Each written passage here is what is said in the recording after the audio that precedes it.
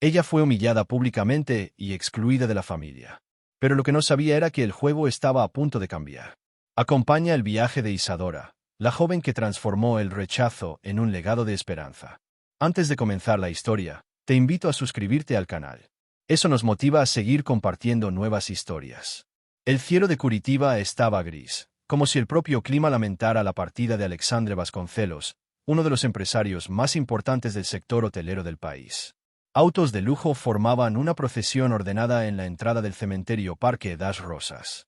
Dentro de la imponente carpa montada para la ceremonia de despedida, todas las sillas estaban ocupadas por rostros conocidos de la élite brasileña. Y entre ellos, solo un rostro desentonaba. En la última fila, sola, con un vestido negro sencillo y un ramo de flores en las manos, estaba Isadora.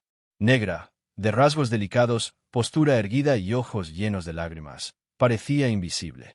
Nadie la saludaba. Nadie la reconocía. Aún así, su mirada estaba fija en el ataúd que contenía el cuerpo de aquel a quien, un día, llamó padre. Isadora, llamó una voz anciana, quebrada por el tiempo. Era Celeste, la segunda esposa de Alexandre y madrastra de Isadora. Sé que esto es difícil, pero quizás sea mejor que no llames la atención. Isadora asintió, aunque sentía el estómago revolverse. Celeste siempre fue la única que mostró alguna sombra de afecto por ella. Aún así, incluso allí, incluso en medio del luto, había vergüenza en su voz, como si el dolor de Isadora fuera una molestia. La ceremonia continuaba en silencio, hasta que el sacerdote anunció: ahora, si algún ser querido desea rendir un breve homenaje, por favor, siéntase en libertad. Isadora se levantó con cuidado. Temblaba. Cada paso hacia el púlpito parecía un desafío hercúleo.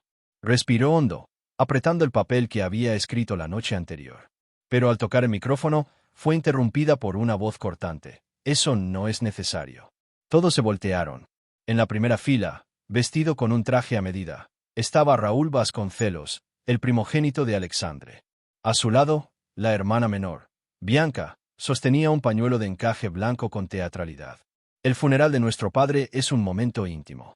No un escenario para desconocidos, dijo Raúl, con la frialdad de quien nunca dudó de su lugar en el mundo. Isadora se detuvo. Las palabras que tenía en la garganta se secaron. Intentó argumentar, solo quería decir unas palabras para él. ¿Palabras de qué? Interrumpió Bianca con una sonrisa torcida. De una chica que vivió con nosotros por... ¿cuánto tiempo fue? ¿15 años? 17, respondió Isadora, casi en un susurro. Pues eso no te hace familia, replicó Bianca. Algunas risas discretas resonaron. Se oyeron murmullos. Una señora cercana susurró a otra: ¿esa es la hija adoptiva? Pensé que era la secretaria. El micrófono fue apagado. Isadora, sin reacción, volvió a caminar hacia la última fila. Ninguna mirada empática. Ninguna mano extendida. Su lugar era ese, entre los que sirven, no entre los que heredan. Después del entierro, los invitados fueron conducidos a la residencia de la familia Vasconcelos, una mansión modernista en el barrio más exclusivo de la ciudad. Candelabros de cristal brillaban sobre mesas decoradas con flores blancas. En contraste, Isadora tenía los zapatos manchados de tierra y el vestido aún húmedo por la lluvia. Aún así, entró. Ninguno de los presentes la notó, o fingieron no notarla. Caminaba como un fantasma, una presencia incómoda en un escenario impecable. «Mira quién decidió aparecer», murmuró una voz femenina cerca de la escalera de mármol. Isadora giró el rostro y vio a Bianca, ahora con otra copa de espumante en la mano, hablando con un grupo de amigas que reían discretamente. «Esto es increíble», dijo una de ellas, usando un vestido negro con un corte tan preciso como su tono de voz. ¿De verdad entró? Alexandre tenía esa extraña costumbre de coleccionar proyectos de caridad, comentó otra, sin molestarse en disimular. Esa fue solo uno más. Isadora fingió no oír. Caminó hasta la biblioteca de la casa, el único lugar que aún parecía tener significado. Allí, entre estanterías de madera oscura y libros de primeras ediciones, se sentía segura. Fue allí donde aprendió a leer. Fue allí donde Alexandre, en los primeros años, le contaba historias sobre reyes, conquistas y valentía. Pasó los dedos por el lomo de uno de los libros y sonrió con tristeza. Él me llamaba niña del corazón, murmuró para sí misma. Pero el recuerdo fue interrumpido por una carcajada que resonó desde el salón. Raúl se acercaba con dos hombres trajeados. Lo saludaba como si el funeral fuera apenas otra reunión social. Vamos a continuar con los planes de expansión en el sector hotelero. El patriarca se fue, pero el imperio sigue, dijo con orgullo. Uno de ellos sonrió y comentó, ¿y su parte? Señalando discretamente a Isadora. Raúl frunció los labios y soltó una risa seca. ¿Ella? No tiene parte. Alexandre no estaba loco. Él sabía quiénes eran sus verdaderos herederos. Las palabras cayeron como una piedra sobre Isadora. Respiró hondo, pero no respondió. Sabía que allí cualquier palabra suya sería interpretada como una falta de respeto. Poco después, vio a Celeste conversando con una señora elegante, probablemente amiga de la familia. Yo lo intenté, decía Celeste, con un tono casi justificativo. Pero Alexandre era terco. Insistía en que ella era parte de la familia. Nunca entendí por qué. Por imagen, querida, respondió la otra mujer. Tener una negra en casa siempre da buena prensa social. Es útil. Pero solo eso. Isadora se retiró discretamente al jardín. Afuera, el aroma de las magnolias traía recuerdos antiguos. Fiestas infantiles, risas con globos, días en que se sentía parte de algo. Pero ahora, todo era diferente.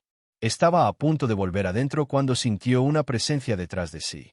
Isa, dijo una voz baja y vacilante. Sí. Dio la vuelta. Era Tamires, su prima de segundo grado. La única que, años atrás, le había prestado un vestido para el baile escolar, a escondidas de su madre. Solo quería decir que lo siento, dijo Tamires. Por todo, por no haber hecho nada, por haber guardado silencio tantas veces. No tenías cómo defenderme, respondió Isadora, sin rencor. Nadie tenía. Tamires dudó, luego bajó la cabeza. La lectura del testamento será en 2 días. Aquí mismo. Y luego añadió, como quien teme ser oída. Espero que él te haya dejado algo. De verdad. Isadora guardó silencio. No se trataba de dinero. Nunca lo fue. Se trataba de no ser borrada. De ser reconocida. Y en ese momento, algo dentro de ella empezó a romperse. Pero no en debilidad. Era el crujido de una fuerza naciendo. 2 días después, la mansión Vasconcelos volvió a llenarse. No de tristeza, sino de ansiedad. En la sala principal, el aire acondicionado enfriaba más de lo necesario, como si quisiera congelar cualquier emoción que aún quedara del duelo. Los sofás de cuero blanco acomodaban a los herederos y parientes cercanos. Entre ellos, abogados, inversores e incluso un periodista de una revista de negocios. Isadora también estaba allí, sentada sola, en un sillón cerca de la ventana, como una sombra invitada por cortesía, no por derecho. El abogado de la familia, el doctor Samuel Antúnez, llegó puntualmente a las 3. Era un hombre delgado, de mirada calculadora y habla metódica. Traía en las manos un sobresellado. Señores y señoras, dijo con la autoridad que solo los documentos legales confieren. Hoy será leído el testamento oficial del señor Alexandre Vasconcelos. Solicito que, durante la lectura, se eviten interrupciones. Isadora contuvo la respiración. Por más que intentara no hacerse ilusiones, una pequeña chispa aún brillaba en su pecho. Un recuerdo. Un cariño. ¿Y sí? El abogado abrió el sobre con cuidado. Desplegó las hojas y comenzó. Yo, Alexandre Vasconcelos, en plena lucidez y consciencia, declaro lo siguiente. Todos mis bienes patrimoniales, acciones, inmuebles y cuentas bancarias deberán dividirse en partes iguales entre mis hijos biológicos, Raúl Vasconcelos y Bianca Vasconcelos. Todas las decisiones ejecutivas de la empresa Vasconcelos Group quedarán, tras mi muerte, bajo la administración conjunta de los mismos. Isadora sintió el pecho hundirse. La voz del doctor Samuel resonaba, pero ya no la escuchaba. Era como estar atrapada dentro de un acuario, viendo al mundo seguir su curso desde fuera. Todos los bienes muebles y objetos personales, incluyendo colecciones de arte, autos, joyas y embarcaciones, serán entregados a los herederos antes mencionados, según planilla adjunta. Continuaba el abogado, imperturbable. Nada, susurró Isadora, para sí. Raúl cruzó las piernas, satisfecho. Bianca sonrió a los periodistas, como quien ya había ganado mucho antes de que comenzara la partida. El abogado hizo una breve pausa, hojeando los papeles. A la señorita Isadora dos Santos, reconocida como beneficiaria por convivencia, le dejo.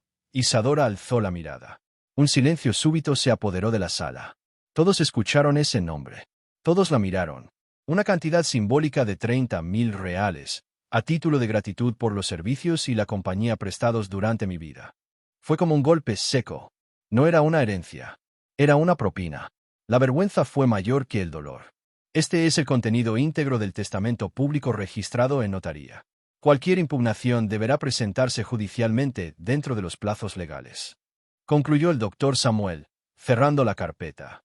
Raúl fue el primero en levantarse, alzando la copa de vino que tenía en la mano. Por el patriarca, dijo, y por su legado. Bianca sonrió a su lado. Los invitados comenzaron a conversar entre sí.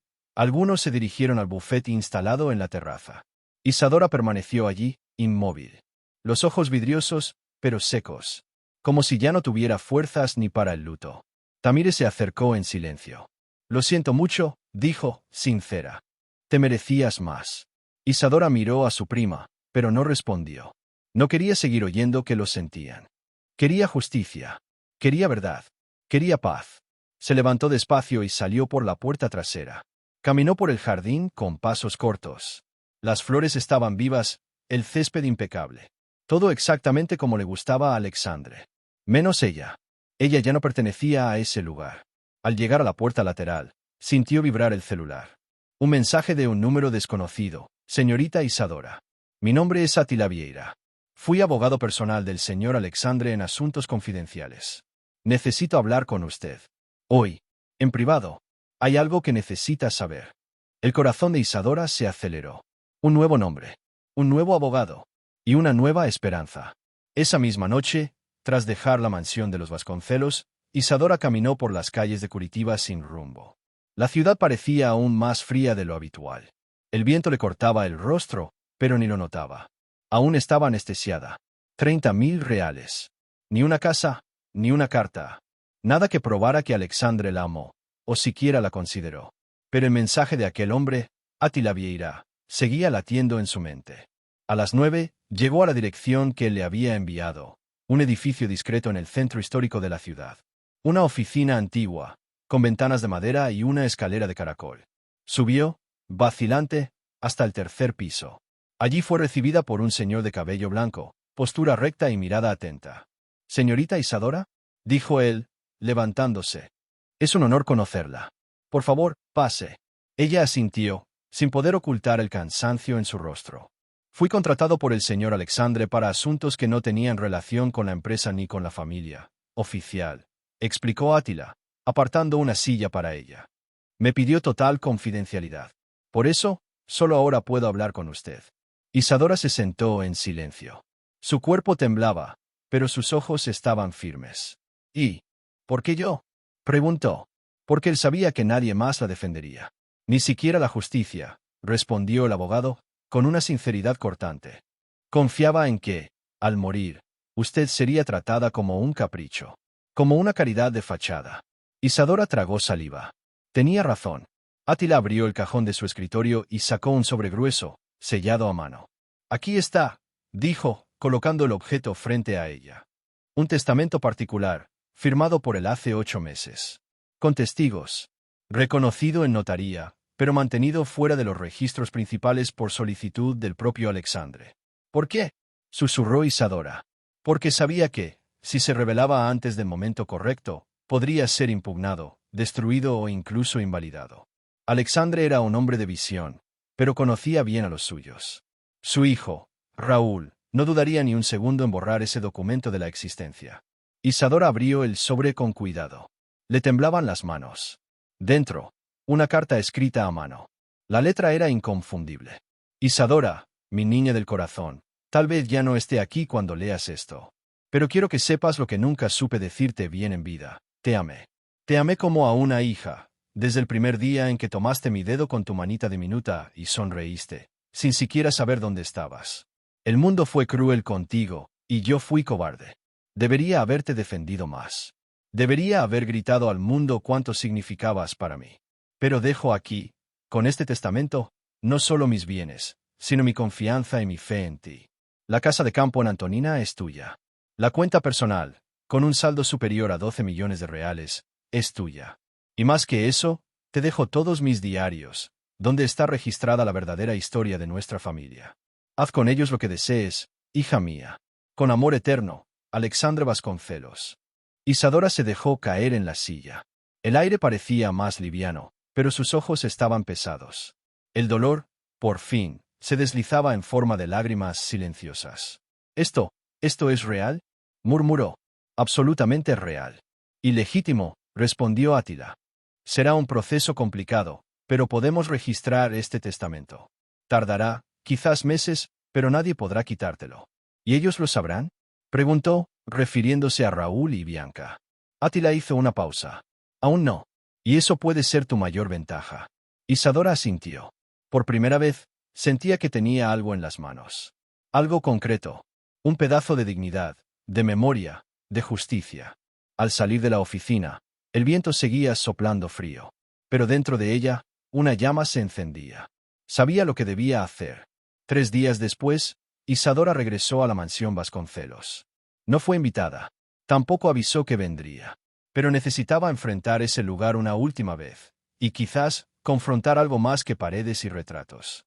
Llegó alrededor de las 5, cuando el sol comenzaba a ocultarse tras los árboles de araucaria. Tocó el timbre con firmeza.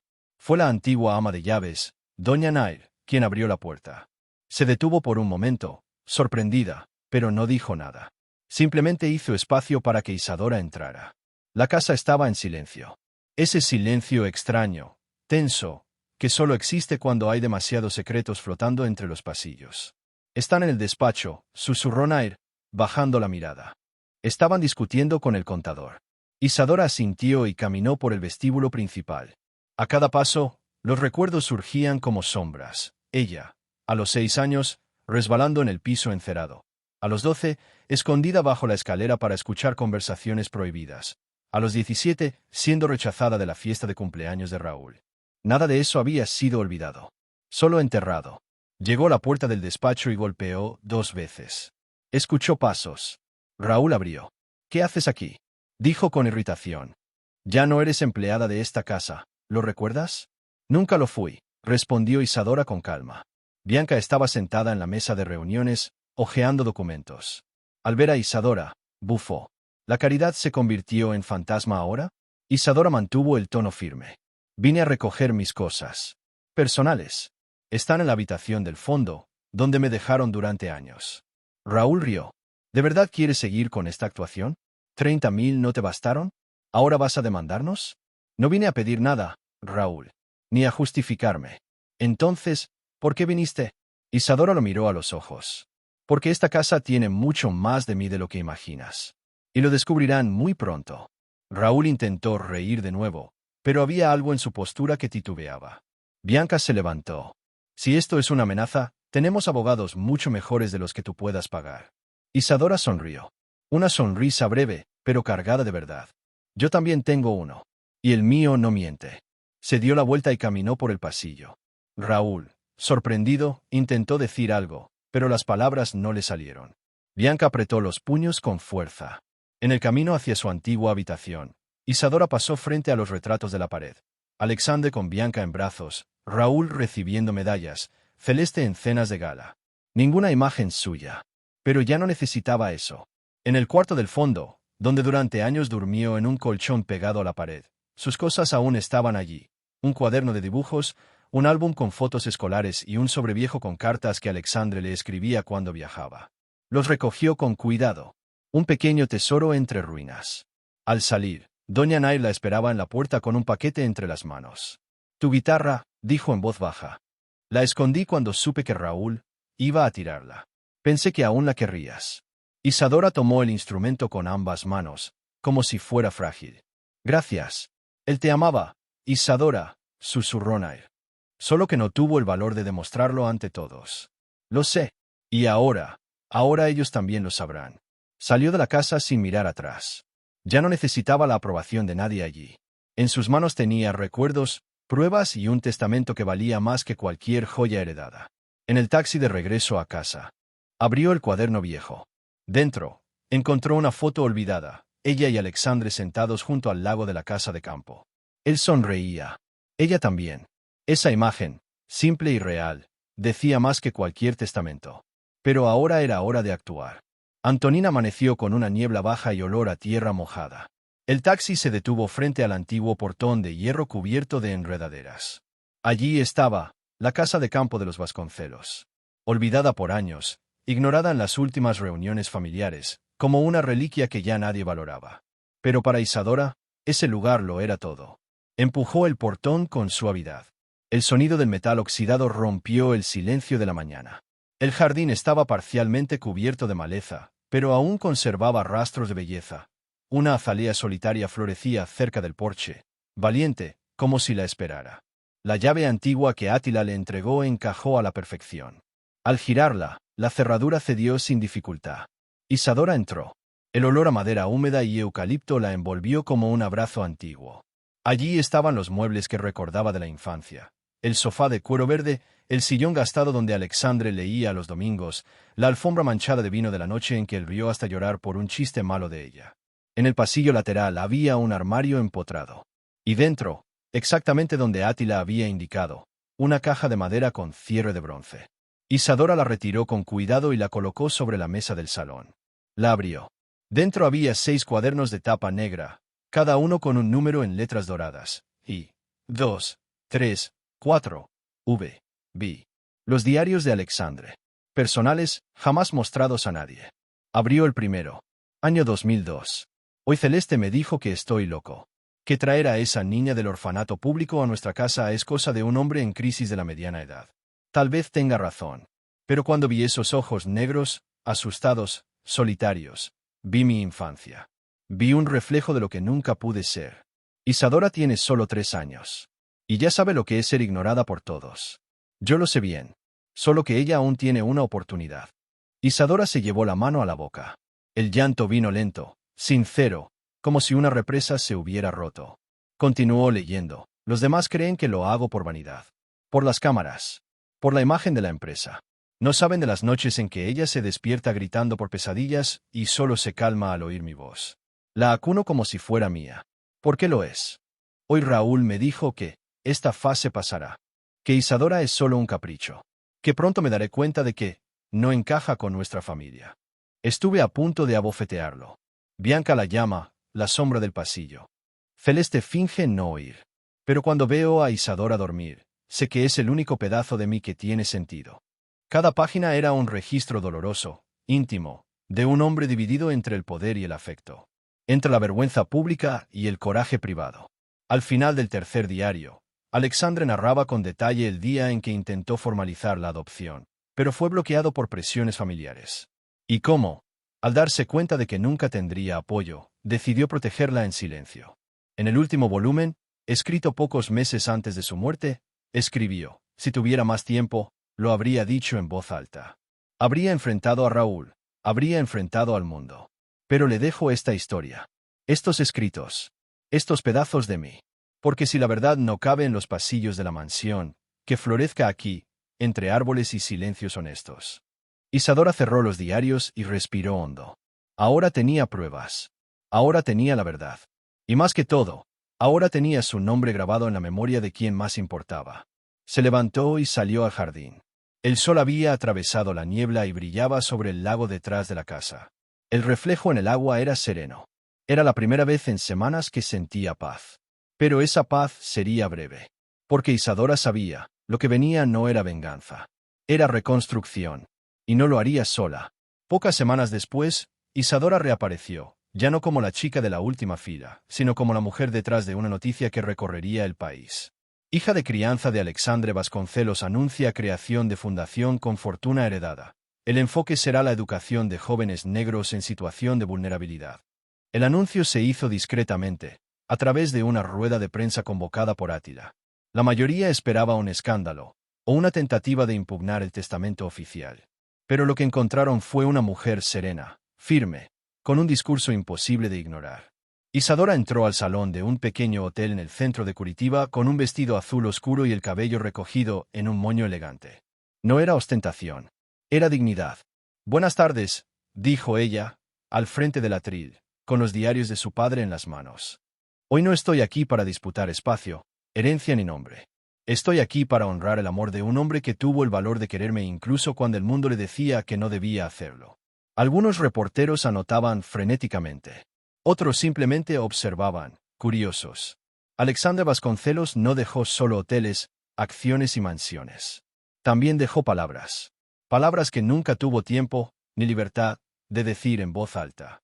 Están aquí, dijo, levantando los cuadernos, y cuentan la historia real de una familia que no cabía en retratos. El plan que presentó era claro y ambicioso. Una fundación con sede en la casa de campo de Antonina, donde jóvenes negros en situación de vulnerabilidad pudieran estudiar, crear, desarrollarse. Una biblioteca, becas, talleres, mentoría, alimentación. Todo gratuito. Porque yo crecí entre libros que me salvaron del silencio. Y ahora quiero devolver eso a quienes, como yo, nacieron fuera del cuadro familiar. Al final de la conferencia, el silencio fue roto por aplausos tímidos, pero sinceros. 2 días después, los periódicos estaban divididos. Algunos elogiaban la iniciativa. Otros dudaban de su legitimidad. Pero fue en la mansión Vasconcelos donde estalló el huracán. Raúl miraba la conferencia por segunda vez, en silencio. Estaba pálido. Bianca caminaba de un lado a otro. Esto no puede ser verdad, decía ella, irritada. No puede hacer esto con nuestro dinero. No es nuestro, respondió Raúl, casi ahogado. Esa cuenta no estaba vinculada a la holding. Era personal. Y si realmente registró ese testamento, estamos en problemas. Tú dejaste que esto pasara, gritó Bianca, señalándolo con el dedo.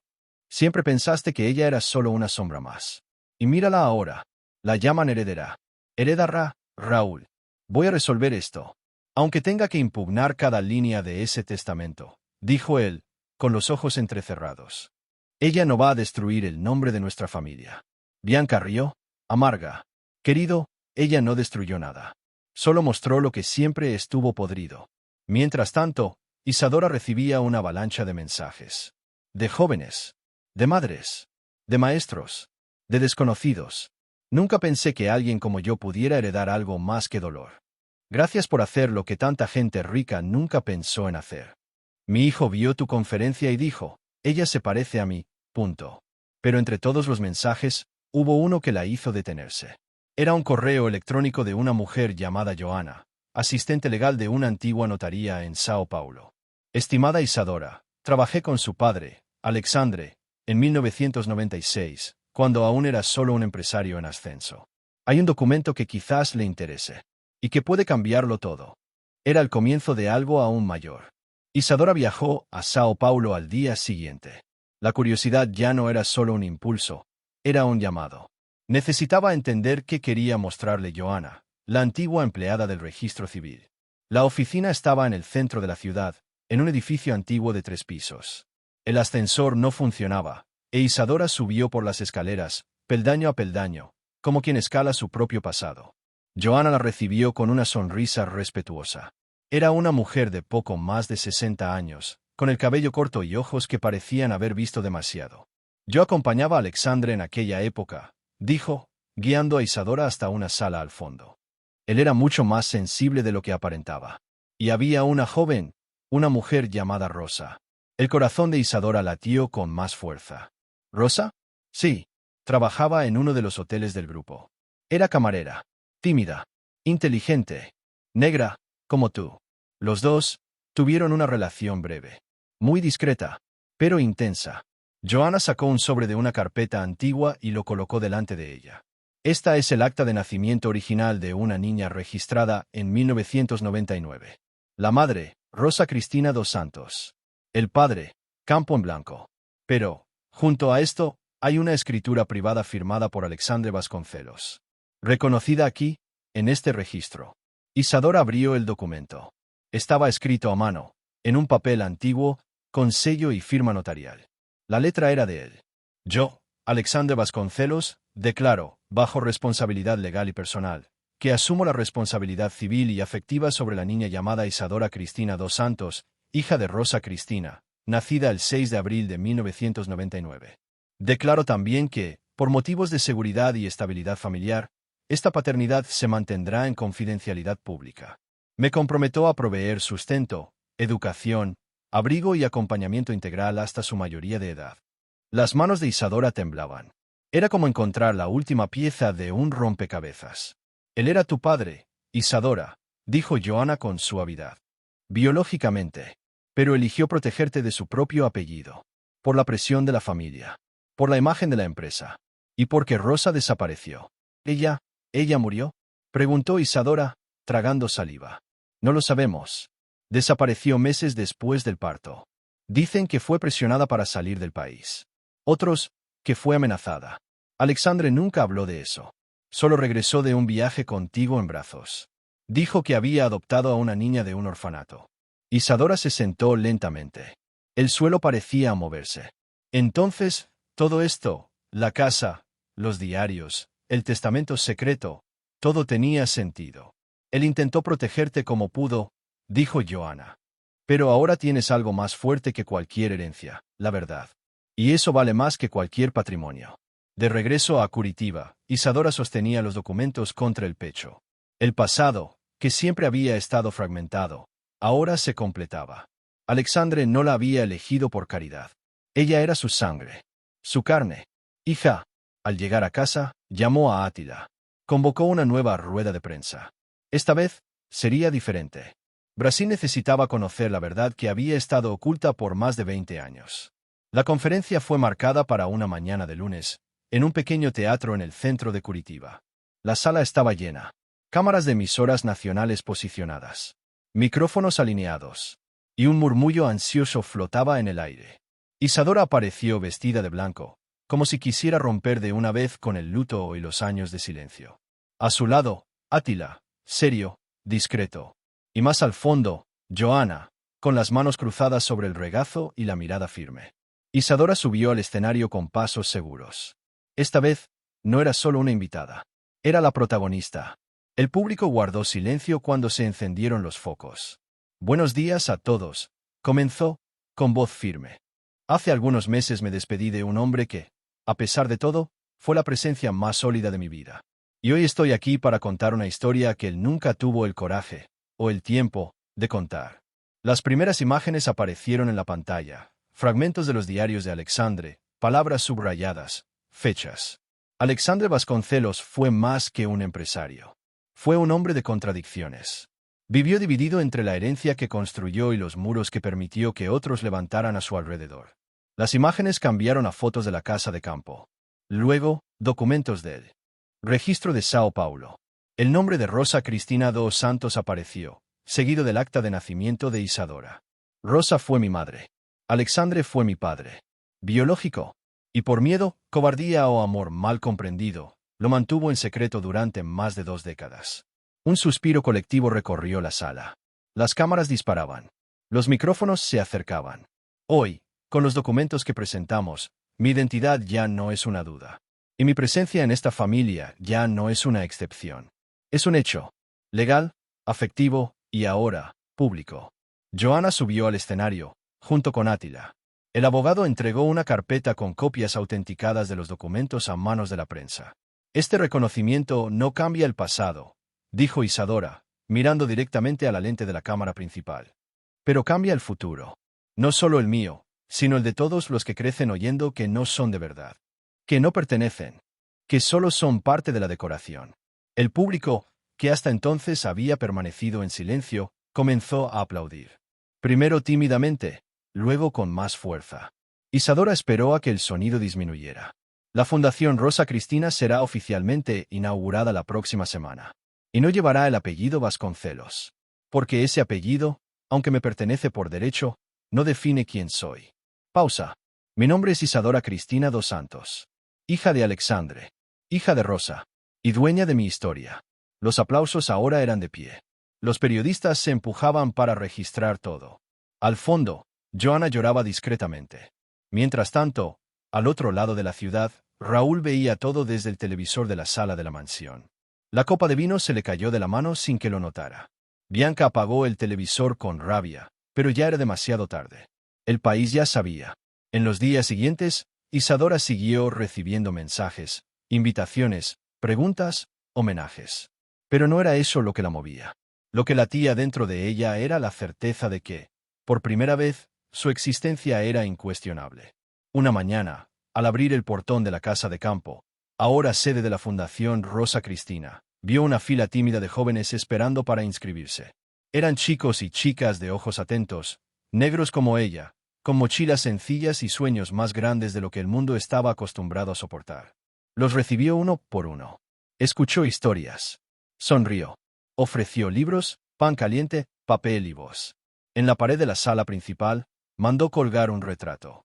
No de Alexandre, ni de ella misma, sino de Rosa, la mujer invisible que inició todo. El rostro de la madre que nunca conoció, pero que ahora llevaba con orgullo. Y al final de ese día, al cerrar los portones de la casa que ahora era refugio, escuela, hogar y símbolo, Isadora sintió algo que jamás había sentido por completo: pertenencia. Ella no solo heredó una fortuna, heredó una misión. Y todo un país, antes sordo a su dolor, ahora necesitaba escuchar su historia. Porque cuando una mujer negra se levanta con la verdad en las manos, ni el silencio de la muerte puede apagarla. Si te gustó esta historia, te invito a suscribirte al canal y dejar un me gusta. Eso nos motiva a seguir compartiendo historias como esta. Gracias y hasta la próxima.